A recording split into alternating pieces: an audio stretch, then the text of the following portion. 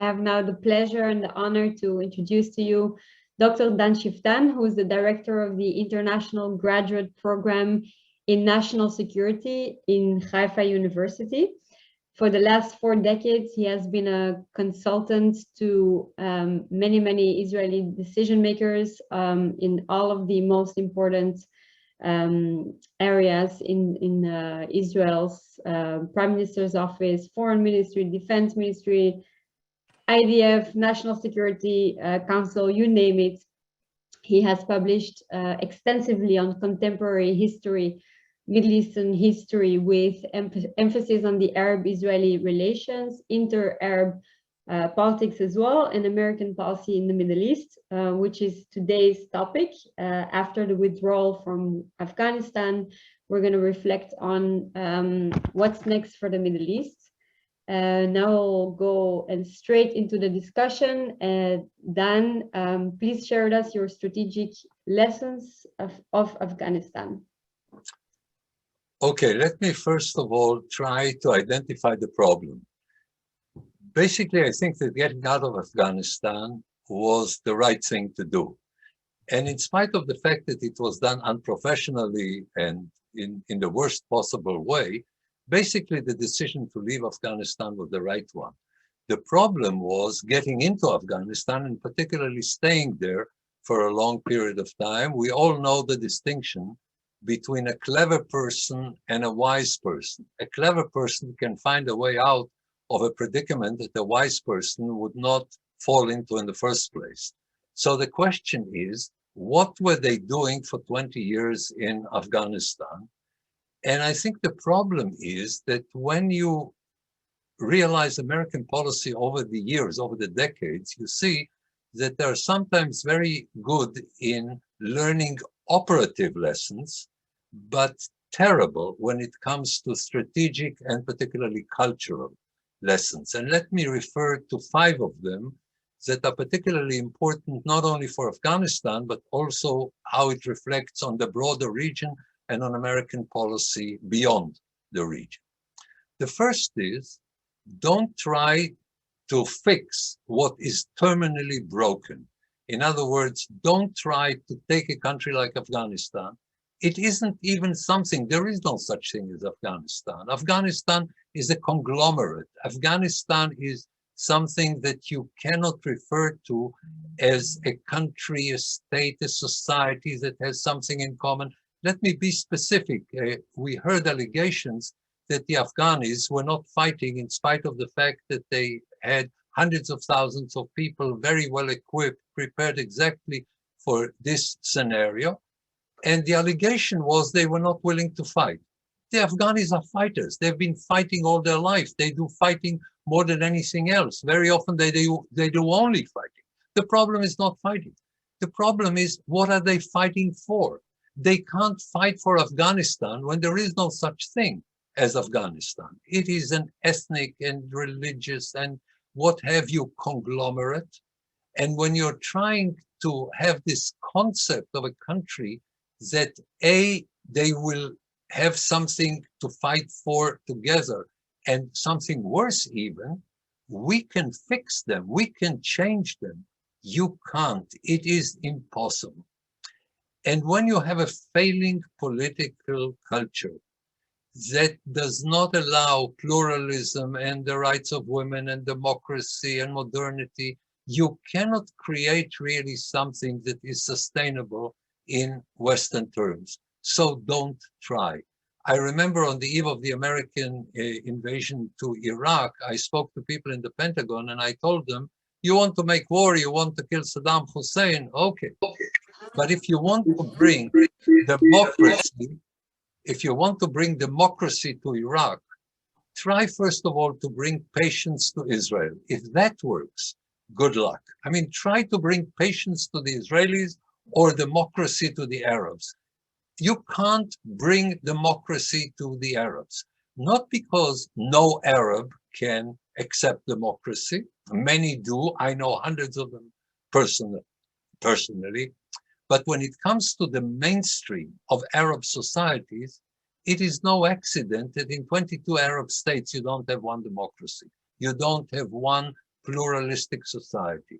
You can't change the culture. Culture is the most important element you need to study when you're trying to act in a different region of the world. Because if you don't study the culture, if you don't understand it, if you don't understand what cannot be changed about it, then you will fail again and again. And these cultures can change from within. We've seen, for instance, in Turkey, 2 cultural revolutions in 1 century. One, Ataturk about 100 years ago, and then in the negative direction, Erdogan about 20 years ago. So cultures can change. They're not part of a DNA, but when they change from within. You cannot bring the change from outside. And when it is not ripe, when you don't have the critical mass domestically, you cannot bring it from the outside. The second point is Americans have a problem in understanding radicalism. They believe that the radical is actually a moderate that had a difficult childhood. And if you will demonstrate to them that they can get what they believe they deserve by being nice and moderate, then they will stop being radical. They don't understand that radicalism is something that wants to break the rules of the game, not to join them, to profoundly change reality, not to become part of it. And whereas you sometimes have people who only use radical slogans, in most cases, a radical is a radical, and you can either break him or ignore him or capitulate to him, but you can't change him fundamentally. By the way, this is also what the Americans don't understand about the Iranian Revolution. The third lesson that the Americans have not learned is that you should work with your local allies and don't be very selective about their morality or about their values.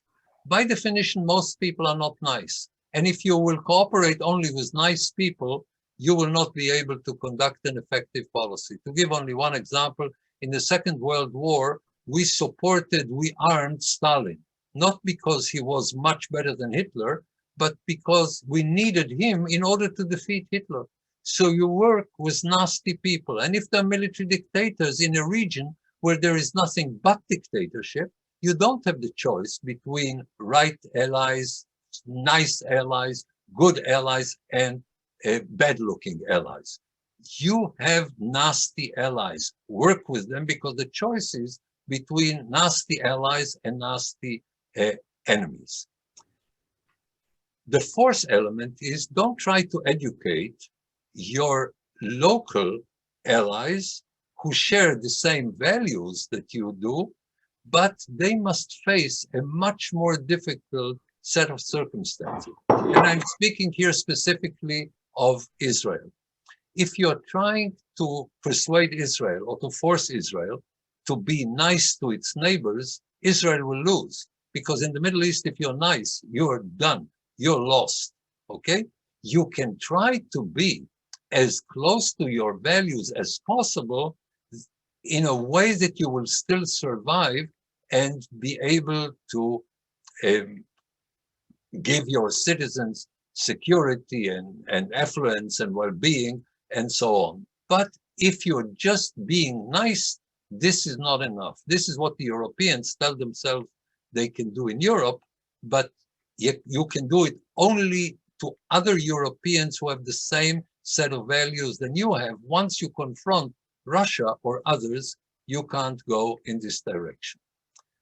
And the last is, in a way, most difficult for American politicians, namely, if you only stick to what looks good, it will usually be not effective. You have to make a choice between what is effective and what looks good. And the main instrument that the enemies of the United States use against the United States is the commitment to do things that look good in the immediate future. But your real choice, and I think this is tremendously important to understand, the real choice is to do what is effective, even if it doesn't look good, immediately, because otherwise the war and the conflict and the confrontation will be protracted. And when it is protracted, you have to do many more things that don't look good, that will cost you politically at home because it is protracted. So try to do immediately what needs to be done. Make the distinction between what is good and what looks good, and don't be totally committed only to things that look good in the immediate future. Even if you wanted to cause less harm, you will cause less harm overall if the conflict is shortened. And if you will be committed only to measures that look good, the result will be that it will be protracted and you will have to cause much more damage, including collateral damage. These are basically the lessons that we have learned, and perhaps we can proceed now to the local impacts in the region, in the Middle East, and specifically to Israel, if that's okay with you, Pascaline. Yes, of course. I was just about to ask what are the implications of the U.S. withdrawal from Afghanistan for Israel and local actors? Okay, so first, there is major damage to Israel because the radicals are encouraged. The United States is perceived, and rightly so, as being very strongly associated with Israel, and whatever is bad for America is also bad for Israel, because the enemies of Israel say, here, the country closest to Israel, the most supportive of Israel, has failed, and therefore we are encouraged in taking radical measures. So if one radical wins, all the other radicals are encouraged. And I mean, first of all, of course, Iran and Hezbollah and the Hamas in Gaza and Erdogan in Turkey. Every radical says, here, not only America is weak, but also Israel is weak, again, because it is as vulnerable as other open democratic societies are. And we have won vis-a-vis the Americans. We kicked them out of Afghanistan. So now we can kick the Israelis out of the West Bank, or we can kick them out of Israel, or we can terminate their existence altogether, depending on how radical the elements are. But the radicals basically want to undermine the very existence of the state of Israel. And they say, well, it may take time, but if we can defeat even a superpower, we can also, of course, defeat Israel. But there are some byproducts that are positive from an Israeli point of view.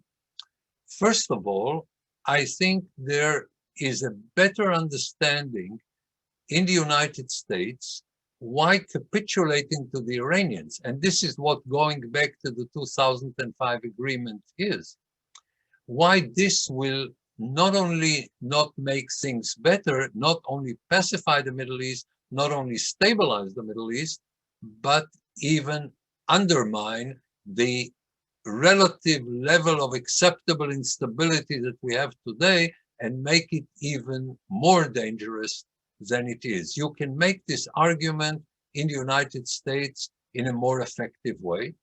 Second, I think it is a demonstration to the United States why it needs Israel more than ever before. And here is something interesting. Very often people speaking in Israel's name say that it's bad for Israel that the United States is leaving the Middle East. I strongly disagree. I think that it's a very good idea for the Americans to leave the Middle East, not completely, but to a very large extent. A, because they're not effective here with their fighting forces. B, because they're needed elsewhere, particularly in the South China Sea, but vis-a-vis China in general. And third, because the best people to deal with regional dangers are the allies of the United States. So the United States should support Israel and Egypt and Saudi Arabia and Jordan. It's regional allies, and this is the majority of the Arab world. The Arab-Israeli conflict, in the old sense of the term, is no longer there. This concept that the Arabs are against Israel is no longer there. Most Arabs are in coalition with Israel against the radicals, against Iran and the Muslim Brothers and Turkey. They are on the Israeli and American side on it. So when the United States leaves the area, if it will strengthen Israel, strengthen Egypt, regardless of the fact that you have a military dictator there, strengthen Saudi Arabia, in spite of the tribal reality of the Saudi society, strengthen Jordan, strengthen Morocco, strengthen other states in the region that are pro-American, work with Israel against the radicals. I think this is important for Israel to understand and to promote, and this is something that you can more easily sell in the United States. There is another lesson. You know, American generals, and really full of goodwill, came to Israel and told us how we should defend ourselves from the Palestinians if we withdraw from the West Bank. And I don't know how to put it politely, but the generals that failed in Iraq and in Afghanistan are coming to Israel to tell us how to do better when we have succeeded and they have failed. So I think that we can now approach these generals. And by the way, they're very good professionally when it comes to the narrow confines of the military profession. I have great respect for them, but they were working within a strategy that where you can't win, where you must lose, and they constantly lose. So these ideas, you don't need physical presence, you will have electronic equipment, and then you will assume that your enemy only does what is good for your enemy, disregarding the fact that Arabs, and particularly Palestinians, usually do what is bad for them rather than what is good for them. And even when they do what is good for them, like the Egyptians did with Sadat, it is only after decades where they have done what is bad for them, as they did under Nasser. So if you disregard, as the Americans constantly do, the cultural element, then their advice with only, with all due respect, should be taken with a mountain of salt. Now, how should it translate itself into an Israeli policy? I would say the following. We should focus, since the number one enemy of Israel, disproportionate to everything else, is Iran. Iran is more important than all the other challenges that are facing Israel from the outside put together. Iran is more important than any of them put together. So focus on the Iranian thing and tell the Americans the following. And I hope this is what Israel is telling the United States. So the question is, should we have a strong hostile Iran or a weak hostile Iran? This is the real choice. You can't make Iran less aggressive by dealing only with the enrichment problem of the nuclear element. The problem is that Iran is trying to hegemonize the Middle East, and the Arabs are so weak and the Iranians are relatively strong, so the Iranians can hegemonize the Middle East, and the only thing that is standing between the Middle East and Iranian hegemony is Israel. So when Israel is fighting a preventive war, and this is what we are engaged in at the moment, we are fighting for the last 4.5, 5 years, a preventive war against Iran in Syria, in Lebanon, in Iran, through clandestine measures. We are trying to prevent Iran from hegemonizing the region. So focus on this problem. This is by far the most important. And if you abolish the sanctions, then the same hostile, aggressive Iran will be also rich and will have the means to do it. So the choice is not between a pacified Iran that will not be aggressive and an aggressive Iran. The choice is between a strong, aggressive Iran and a weak, aggressive Iran. And we should go in the direction of the weak, aggressive Iran, because aggressive is in the nature of the Iranian revolution. By the way, not in the nature of the Iranian society. The Iranian society, next to the Israelis, is the only promising society in the Middle East. One day, when you get rid of the barbarians who are now controlling Tehran, Iran and Israel are the two success stories of the Middle East, because the Iranian society is very aggressive, is very impressive. Last but not least, if I may, Pascaline, I want to speak about Europe. Because before we move to Europe, I just want to dig a little bit deeper on Iran. What are your expectations regarding the nuclear negotiations, which will resume presumably after the election of Raisi? How do you see that going? Well, first of all, I hope they will not resume. Then I hope it will fail. Then I hope that Raisi will become so radical that the Americans cannot go in this direction. But more than anything else, I want to persuade the Americans that going back to the 2015 agreement is the worst thing that they can possibly do, because everything that this agreement was designed to prevent has already happened. So the enrichment is already over. This is a dead parrot, if I may use a term that Maggie Thatcher enjoyed using, of course, with the going back to the famous sketch. This is no longer there. So if you try to prevent something that has already happened and you strengthen Iran by lifting the sanctions, you've done the worst possible thing. So my hope is on Iranian radicalism that will overplay the hand that they think they got now in Afghanistan. I was delighted when they attacked this ship, because this was an indication of them going too far, namely going into high sea piracy, basically. And this is what they are, okay? So let me put it this way. The best thing is a good guy that looks good. Something that is not so dangerous is a bad guy that looks bad. The most dangerous thing is a bad guy that looks good, okay? So I want the bad guy who's bad to look bad, so that the Americans can be less counterproductive than they have been during the Obama administration. And I hope very much that the negotiations will fail.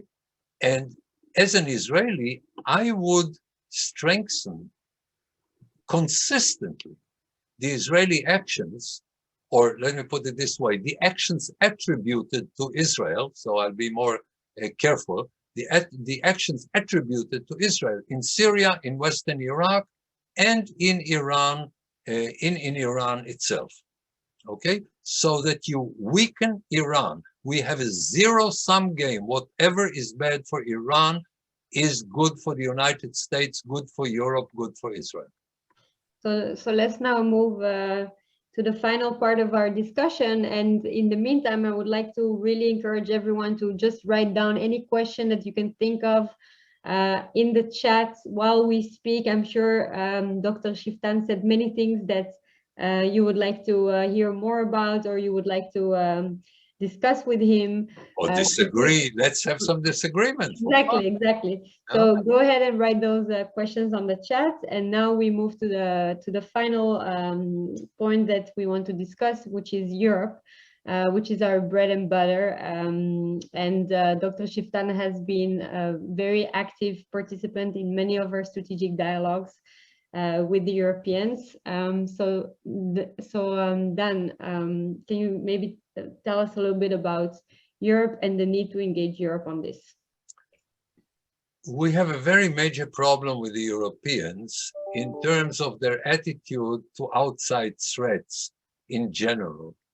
And therefore, it is particularly important to speak to the Europeans about the Iranian threat, because Europe will be affected by it in a very direct and dangerous way.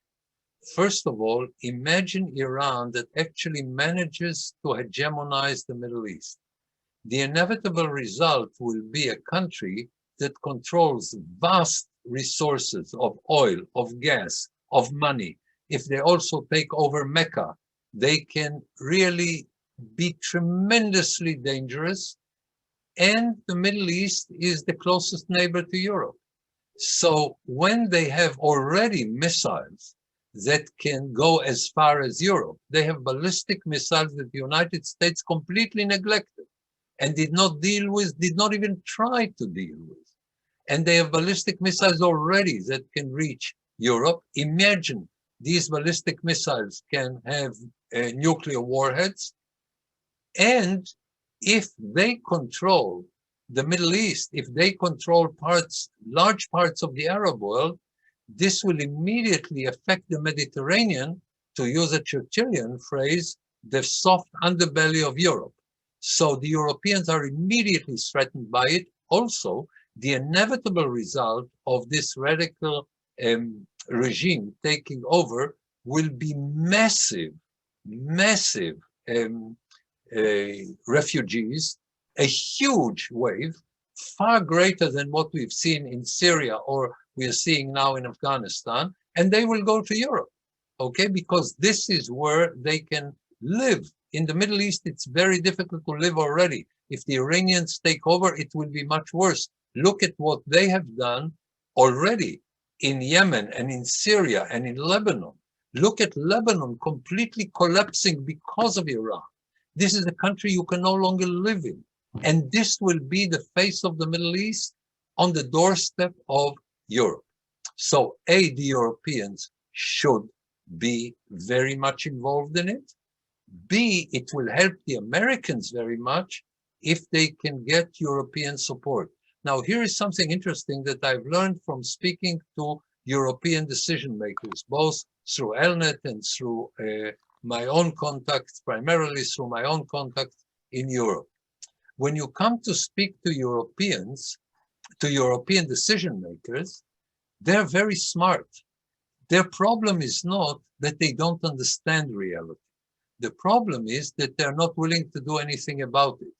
For instance, they're great believers in something that should be discussed alongside the Tooth Fairy and Santa Claus, namely what they call the international community. I've never found out what this is, but they believe that when they're in trouble, they will call on the international community, and the cavalry of the international community will come to save them. I'm not exactly sure what it is. Maybe they're thinking about the United Nations and such, great contributors to the international community as we see in the Middle East. So their problem is not an analytical one.